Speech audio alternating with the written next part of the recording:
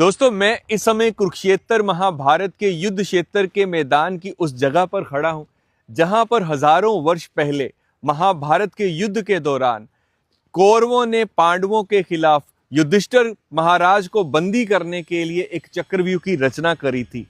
ये वही जगह है जहां पर माता सुभद्रा और पांडुपुत्र अर्जुन के जो पुत्र थे वीर अभिमन्यु, जो सबसे कम उम्र के महारथी थे महाभारत के युद्ध में। आप मेरे ठीक पीछे वीर अभिमन्यु का स्टैचू देख सकते हैं, उनके दर्शन कर सकते हैं।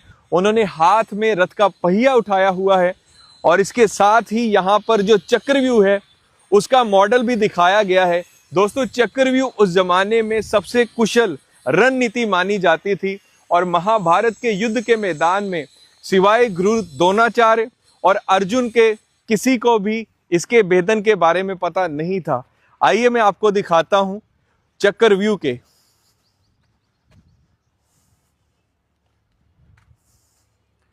दोस्तों, ये चक्रव्यूह है जिसकी डिफरेंट लेयर्स रहती थी।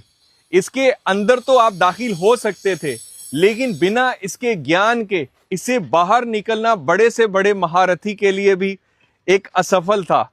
और ये वो वीर अभिमन्यु है जिसने इसी चक्रव्यूह का भेदन तो कर लिया था, लेकिन उससे बाहर कैसे निकला जाए इसके बारे में वीर अभिमन्यु को कुछ भी पता नहीं था। वीर अभिमन्यु ने हालांकि चक्रव्यूह को भेदन करने के बाद बड़े से बड़ा महारथी जो था कौरवों का, उसे पराजित कर दिया था।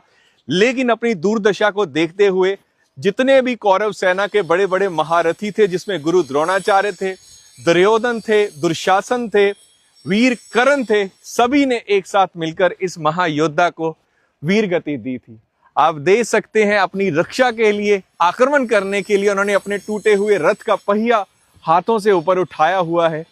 और ये ठीक वही जगह है जहां पर द्वापर युग में 5000 वर्ष पहले वीर अभिमन्यु वीर गति को प्राप्त हुए थे। दोस्तों, इस समय मैं चक्रव्यूह के भीतर दाखिल हो चुका हूं।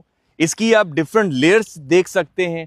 हर एक लेयर्स में सेना की टुकड़ी तैनात रहती थी और जैसे जैसे योद्धा अंदर दाखिल होता था वैसे वैसे दूसरी जो परत है, सेना की टुकड़ी है, वो उसके सामने आती थी। इसके अंदर रथी महारथी बड़े बड़े योद्धा होते थे और ऐसे ही वीर अभिमन्यु एक से दूसरी, दूसरी से तीसरी, तीसरी से चौथी, चौथी से पांचवी परत पर पहुंच गए थे।